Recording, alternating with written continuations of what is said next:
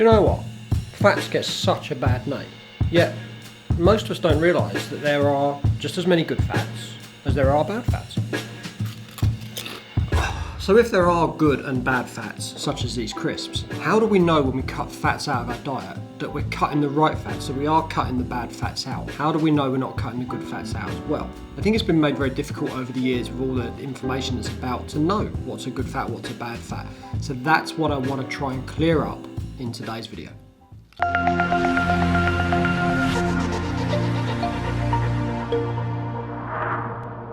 I'm sure you don't need me to tell you, but the contents inside here are largely made up of bad fats. Inside here, and I don't really want to slate McDonald's too much, but it's just everywhere else is shut. So, you've got fat in the bacon, you've got fat in the sausage meat, there's a bit of fat in the egg as well. There's probably some fat in the bun as well, who knows what kind of crap they put in that. And these types of fats, these types of saturated fats, they sit heavily in our body, not just to make us sigh when we look at ourselves naked in the mirror, but they're also responsible for long-term health effects, such as high cholesterol, heart attacks, strokes, and cancers. But they make them taste really good and kind of hard to resist, really. But what difference does it make to us if we switch from the bad fats to the healthy fats?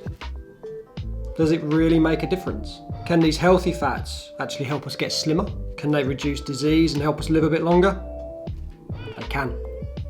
One of the biggest problems I think we've had in recent years is that we call ourselves fat when we start to put on a few extra pounds, but we're not fat. Okay, you might have put on a few extra pounds, but calling yourself fat as an entire human being, as an entire entity, causes big problems because it causes us to think of fat in a negative way. Yet if half the fats available to us are actually good fats, why do we choose to focus on the bad fats and the negative side of fat? They do say that you can tell a healthy fat from a bad fat by its physical state at room temperature. Good fats will be liquid at room temperature and the bad fats will be solid at room temperature. Things like beef fat, butter and lard are a really good example because when cooked, they're liquid, but when you put them back and you leave them in room temperature, they solidify, they go solid. But then how do we explain things like nuts and seeds and avocados that are always solid at room temperature? It can get a bit confusing.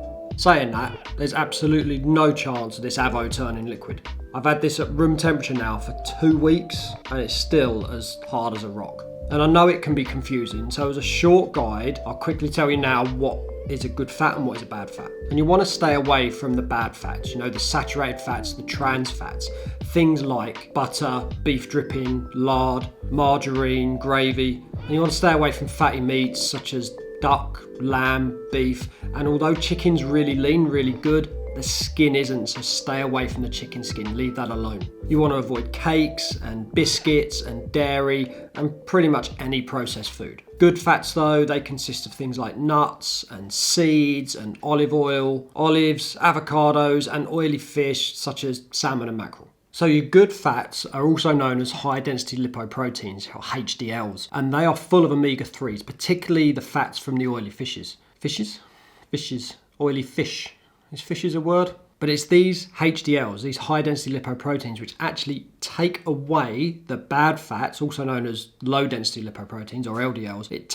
The good fat takes the bad fat out of your body because the LDLs, the trans fats, saturated fats, they actually stick to your body. They stick to the inside of your arteries, inside of your veins, and they're responsible for things like heart attacks and strokes, but they also cling to the walls of all your major organs. And this is known as visceral fat, and this is responsible for things like liver failure, kidney disease, and cancers. But the good fats that we take in, hopefully on a daily basis, these HDLs, they actually grab hold of the bad fats, the LDLs, they take them from within your arteries, within your veins, they take them off of your organs, and they actually take them out of your body every time you go for a shit. So much like when we talked about the carbs last week, don't be scared of eating fat because providing you eat the right type of fat, they're really, really good for you and they give you energy and they fuel your day. And although we use carbs for most of our energy during the day, it's actually the fats that our body uses for energy during the night when the body's trying to repair itself. So when you're laying in bed at night and your body's trying to repair itself from all the damage it's done during the day,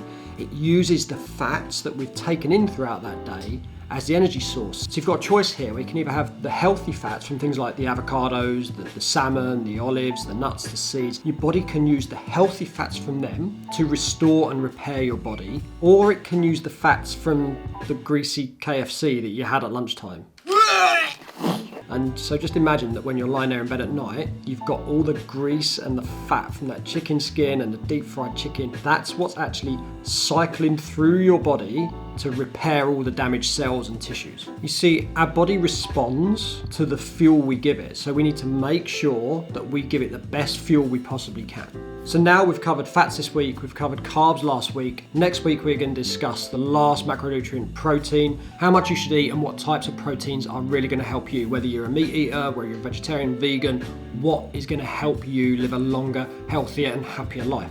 If you've liked this video, please consider going down and subscribing so you don't miss next week's video, because if you subscribe and you ding the bell, you're going to get a notification as soon as that video goes live. Other than that, guys, have a great week, take care, and I will see you next week in that next video.